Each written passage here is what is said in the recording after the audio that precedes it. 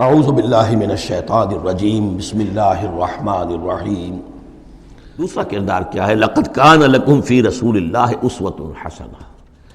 دوسرے کردار کا جو دوسری تصویر ہے، اس کا جو خورشید ہے، سورج ہے، وہ محمد رسول اللہ کا کردار ہے۔ فرمایا اے مسلمانوں، تمہارے لیے اللہ کے رسول میں ایک اسوہ ہے، نمونہ ہے، بہترین نمونہ۔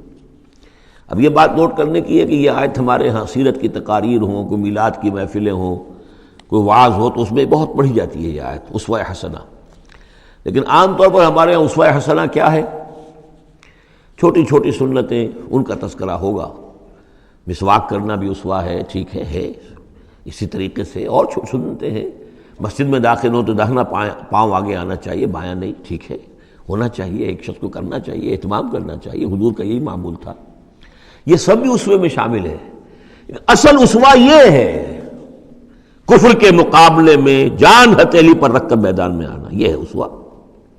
یہ اسوہ ہماری نگاہوں سے اوجھل۔ محمد رسول اللہ کا مثالی کردار کس اعتبار سے؟ جب بھوک تھی شدید، حضور کو بھی بھوک تھی اور فاقہ تھا۔ جب صحابہ نے آ کے شکایت کی کہ حضور ہم ناقابل برداشت ہو گئی ہے یہ بھوک، دیکھیے ہم نے اپنے پیٹوں پر پتھر باندھے ہوئے ہیں تاکہ یہ کہ معدے کو وہ جو ہنگر کنٹریکشنز ہوتی ہیں وہ نہ ہو، اس کو کم سے کم جھوٹا ہی صحیح ایک دلاسا ہو کہ کچھ بوجھ ہے میرے اوپر، وہ بوجھ چاہے پتھر کا ہو، کھانے کا نہ ہو۔ یہ سب پتھر باندھے ہوئے، کمر دوہری نہ ہو جائے ہماری۔ حضور نے اپنا کرتا اٹھا کے دکھایا، وہاں 2 پتھر بندھے ہوئے، اور اسی حال میں جب صحابہ کدالیں چلا رہے ہیں اور کھود رہے ہیں تو حضور جو ہے اپنے کندھے پر بڑے بڑے پتھر اٹھا کر لے جا کر اور باہر پھینک رہے ہیں۔ اسی میں آپ شریک ہیں پوری طریقے سے۔ یہ ہے اسوہ۔ ایسا نہیں تھا کہ بس حضور تو کہیں ایک جگہ بیٹھے ہوں اور خیمہ لگا ہو اور مورچھل چلے جا رہے ہوں، سمجھے آپ، اور سب ٹھنڈی چھاؤں آپ کو فراہم کی گئی ہو اور باقی سب لوگ جو اس کام میں لگے ہوئے ہیں۔ یہ اسوہ ہے محمد کا صلی اللہ علیہ وسلم۔ لقد کان لکم فی رسول اللہ اسوۃ حسنہ۔ اسی کو میں کہا کرتا ہوں جدید اصطلاح میں، ایک ہے میکرو اکنامکس اور ایک ہے مائکرو اکنامکس۔ تو مائکرو سنت کو تو لوگ جانتے ہیں، یہ سنت ہے، یہ سنت ہے، اس میں سے بعض کے بارے میں بڑے جھگڑے بھی ہیں، رفع یدین سنت ہے یا نہیں ہے، لیکن میں اس مسئلے پر نہیں جا رہا ہوں۔ لیکن میکرو سنت جو ہے، سب سے بڑی سنت جو ہے، وہ تو یہ ہے کہ وحی کے آغاز کے بعد سے لے کر 40 برس کی عمر کے بعد سے لے کر حضور نے ایک لحظہ، ایک منٹ معاش کی جد و جہد میں صرف نہیں کیا۔ پوری زندگی، پورا وقت، پوری توانائی، پوری قوت دعوت دین، اقامت دین، دین کی دعوت، دین کی اقامت، اسی میں لگائی۔ کوئی جائیداد نہیں بنائی، کوئی کاروبار، حالانکہ اس سے پہلے آپ بہت کامیاب تاجر تھے، کاروبار کرتے تھے، لیکن جب یہ فرض منصبی آ گیا، یا ایھا المدثر قم فانذر وربک فکبر، اب یہی کام ہے، تو کچھ تو اس کی بھی پیروی کرنے کی کوشش کی جائے، اس درجے میں نہ صحیح، وہ عکس تو ہو۔ میکرو سنت جو ہے، کسی درجے میں تو اپنی زندگی کے اندر اس کا عکس پیدا کیا جائے۔ ہاں، اس کے ساتھ پھر چھوٹی چھوٹی سنتیں بھی ہو جاؤں تو کیا کہنے ہیں، پھر نور علی نور ہے۔ لیکن یہ اس میکرو سنت کا تو ہے ہی نہیں، اپنی تو ساری توانائی، ساری طاقت، سارا وقت دنیا بنانے میں۔ تو لقد کان لکم فی رسول اللہ اسوۃ حسنۃ لمن کان یرجو اللہ والیوم الآخر۔ بڑی اہم آیت ہے یہ۔ اسوہ تو حضور کا اپنی جگہ پر مکمل ہے، کامل ہے، لیکن یہ کس کے لیے اسوہ ہے؟ جو یہ 2 شرطیں پوری کرے، 3 شرطیں، جو اللہ سے ملاقات کا امیدوار ہے، اللہ سے محبت کرتا ہے اور یوم آخر پر یقین رکھتا ہے، اور ذکر اللہ کثیرا، اور ذکر کرتا ہے اللہ کا کثرت کے ساتھ۔ یہ بالکل وہی بات ہے کہ قرآن مجید تو ہدایت ہے پوری نوع انسانی کے لیے، ھدی للناس، لیکن قرآن سے استفادے کی شرط ہے تقوی، ھدی للمتقین۔ تو جو ربط و تعلق ہے ان 2 آیتوں میں، وہی سمجھیے کہ اپنی جگہ پر حضور کی زندگی ایک اسوہ کاملہ ہے، مکمل، لیکن اس سے استفادے کی شرائط ہے، لمن کان یرجو اللہ والیوم الآخر وذکر اللہ کثیرا۔ اب یہ اہل ایمان، حضور کے بعد اہل ایمان کا تذکرہ ہو رہا ہے، محمد الرسول اللہ والذین معہ۔ اب معہ جو تھے اہل ایمان، ولما رأى المؤمنون الاحزاب، اور جب اہل ایمان نے دیکھا ان لشکروں کو، قالوا ھذا ما وعدنا اللہ ورسولہ وصدق اللہ ورسولہ، انہوں نے کہا یہی تو ہے جس کا اللہ نے وعدہ کیا تھا ہم سے اور اس کے رسول نے وعدہ کیا تھا۔ اب دیکھیے ایک ہی سچویشن ہے، اس کا ریئیکشن کس قدر ایک دوسرے سے مختلف ہے۔ معلوم ہے یہ مسئلہ ہے انسان کا اندرونی۔ یضل بہ کثیرا ویہدی بہ کثیرا، تو جیسے قرآن کے بارے میں آیا اسی طریقے سے اس سچویشن سے بھی انہوں نے کیا کہا؟ ہم نے تو سنا ہوا ہے، پہلے ہی اللہ نے کہہ دیا تھا وَلَنَبْلُوَنَّكُمْ بِشَيْءٍ مِّنَ الْخَوْفِ وَالْجُوعِ وَنَقْصٍ مِّنَ الْأَمْوَالِ وَالْأَنفُسِ وَالثَّمَرَاتِ، یہ قرآن مجید میں سورہ بقرہ میں آیت نہیں آ چکی تھی؟ لَتُبْلَوُنَّ فِي أَمْوَالِكُمْ فِي أَنفُسِكُمْ وَأَمْوَالِكُمْ، یہ کیا سورہ آل عمران میں آیت نہیں آ چکی تھی؟ یہ تو چیزیں وہی تو ہے جس کا کہ ہم سے وعدہ کیا تھا۔ وَلَمَّا رَأَى الْمُؤْمِنُونَ الْأَحْزَابَ، جب دیکھا اہل ایمان نے ان احزاب کو، قالوا هذا ما وعدنا اللہ ورسولہ وصدق اللہ ورسولہ، اور بالکل صحیح کہا تھا اللہ نے بھی اور بالکل صحیح فرمایا تھا اس کے رسول نے بھی، وما زادہم الا ایمانا وتسلیما، اور نہیں ہوا ان میں کسی شے کا اضافہ مگر ایمان اور تسلیم، ایمان کے ساتھ تسلیم، سر تسلیم خم، سر تسلیم خم ہے جو مزاج یار میں آئے، جو اللہ کی طرف سے فیصلہ ہے، جیسا کہ ہم پڑھ چکے ہیں سورہ توبہ میں، اگرچہ سورہ توبہ تو بہت بعد میں نازل ہوگی، ابھی 4 سال بعد میں اس سورہ مبارکہ کے وہ زمانہ نزول کے اعتبار سے، لیکن ہم تو پڑھ چکے ہیں ہر طرح موسم بنا اللہ احد الحسنیین، ہمارے لیے تم کیا اندازہ کس چیز کا انتظار کر سکتے ہو سوائے 2 نہایت اعلیٰ ترین صورتوں کے، ہم سب کے سب شہید ہو جائیں تب بھی ہماری کامیابی ہے، اور ہم کامیاب ہو کر آ جائیں تو تب تو تم بھی مانو گے کامیابی ہے، اس لیے ہمیں تو کوئی اندیشہ ہی نہیں۔ تو اس میں تسلیم ان کے اندر، اور ہم بھی تسلیم کی خو ڈالیں گے، بے نیازی تیری عادت ہی صحیح۔ من المؤمنین رجال صدقوا ما عاہدوا اللہ علیہ، اہل ایمان میں وہ جمع مرد لوگ ہیں رضی اللہ تعالی عنہم وارضاہم اجمعین، صدقوا ما عاہدوا اللہ علیہ، جنہوں نے سچا کر دکھایا وہ عہد جو انہوں نے اللہ سے کیا تھا۔ انہوں نے کہا تھا وہ اپنی جان اور مال حاضر ہے، ہم جنت کے عوض یہ سب کچھ دینے کو تیار ہیں، انہوں نے وہ عہد پورا کر دیا۔ فَمِنْهُمْ مَنْ قَضَى نَحْبَهُ، ان میں سے وہ بھی ہیں جو اپنی نظر گزار چکے، نظر پیش کر چکے۔ کتنے ہی صحابہ تھے جو اس وقت تک جام شہادت نوش کر چکے تھے، سن 5 ہے یہ تو، سن 3 میں 70 صحابہ تو غزوہ احد کے اندر ہی شہید ہوئے۔ فَمِنْهُمْ مَنْ قَضَى نَحْبَهُ، ان میں وہ بھی ہیں کہ جو اپنی نظر پیش کر چکے۔ وَمِنْهُمْ مَنْ يَنْتَظِرُ، اور باقی جو ہے وہ منتظر ہے کہ کب وقت آئے۔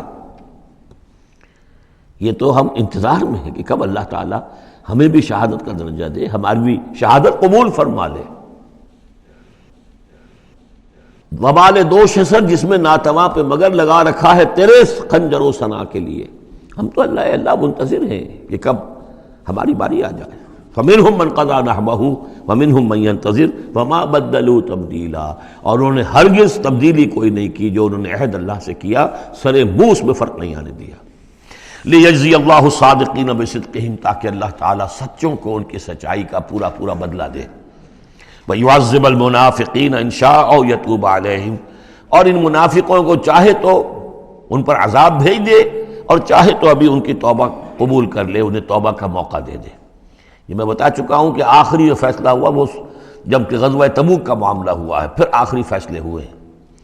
یا سورہ نساء جو ہے اس کے اندر بھی وہ آیت آ گئی تھی کہ فی الدرک الاسفل من النار، لیکن آخری چیز کہ اے نبی استغفر لہم او لا تستغفر لہم ان تستغفر لہم 70 مرۃ فلن یغفر اللہ لہم، کہ اب آپ ان منافقوں کے لیے استغفار کریں یا نہ کریں، اگر 70 مرتبہ بھی استغفار کریں گے تب بھی اللہ ان کو معاف نہیں فرمائے گا۔ ان اللہ کان غفور الرحیم، یقیناً اللہ غفور الرحیم ہے۔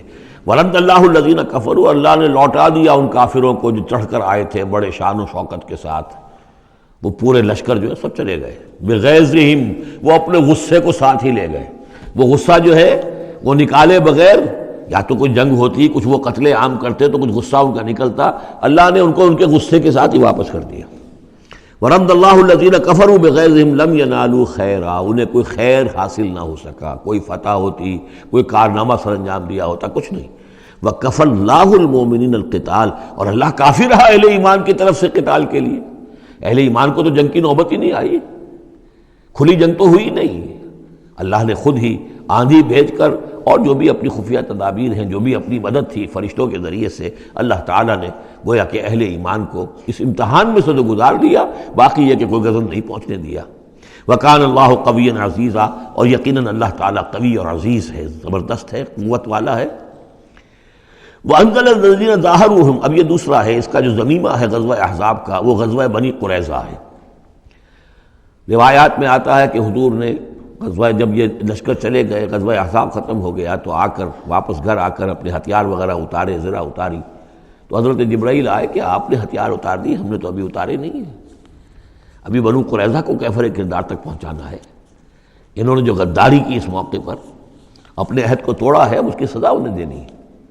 چنانچہ حضور نے حکم دیا کہ اب کوئی مسلمان جو ہے عصر کی نماز نہ پڑھے یا کوئی مغرب کی نماز نہ پڑھے، جو بھی کوئی وقت معین کیا، جب تک کہ وہ بنی قریظہ کے علاقے میں پہنچ نہ جائے۔ وہاں جا کر اب وہاں جا کے پھر ان کا گھیراؤ کیا گیا، محاصرہ ہوا۔ وہ محاصرہ بھی خاصا طویل ہوا، ان کا قلعہ بڑا مضبوط تھا، لیکن تنگ آ کر بالآخر انہوں نے ہتھیار ڈال دیے، اور یہ کہا کہ سعد بن معاذ جو رئیس اوس تھے اور ان کے حلیف تھے، اوس کے قبیلے کے ساتھ ان کی پرانی جو ہے وہ حلیفی تعلقات تھے، حلیفانہ تعلقات، کل جو وہ فیصلہ کر دیں گے ہمیں منظور ہوگا۔ تو حضرت سعد بن معاذ رضی اللہ تعالیٰ عنہ، جو تورات میں فیصلہ لکھا ہوا ہے بد عہدی کا، کہ کوئی قوم اگر تمہارے ساتھ بد عہدی کرے اور اس کے بعد اللہ تمہیں اس پر فتح دے دے تو کیا کرو، اس کے مطابق فیصلہ سنایا کہ ان کے جتنے جوان ہیں اس قبیلے کے، جو جنگ کرنے کے قابل ہیں، ان کو قتل کر دیا جائے، اور باقی جو ان کے بوڑھے ہوں یا اور ہوں، مرد ہوں، بچے ہوں، عورتیں ہوں، ان کو جو ہے غلام بنا لیا جائے، ان کا سارا مال ضبط ہو جائے گا۔ تو بدترین سزا جو ہے ان تین قبیلوں میں سے، جن میں سے ایک قبیلہ تھا بنی قینقاع کا، ایک تھا بنو نذیر، یہ دونوں تو صرف جلا وطن ہوئے ہیں، لیکن بدترین سزا پھر ان کو دی گئی ہے۔ وَأَنزَلَ الَّذِينَ ظَاهَرُوهُم مِّنْ أَهْلِ الْكِتَابِ، اور اللہ نے اتار لیا ان کو کہ جنہوں نے گٹھ جوڑ کیا تھا ان کے ساتھ، کافروں کے ساتھ، مشرکین کے ساتھ، اہل کتاب میں سے، من سیاسیہم، ان کے قلعوں سے، قلعوں میں تو تھے، گڑھیاں تھیں ان کی، لیکن اس سے پھر اتر آئے، ہتھیار ڈال دیے۔ وَقَذَفَ فِي قُلُوبِهِمُ الرُّعْبَ، اور اللہ نے ان کے دلوں میں رعب ڈال دیا۔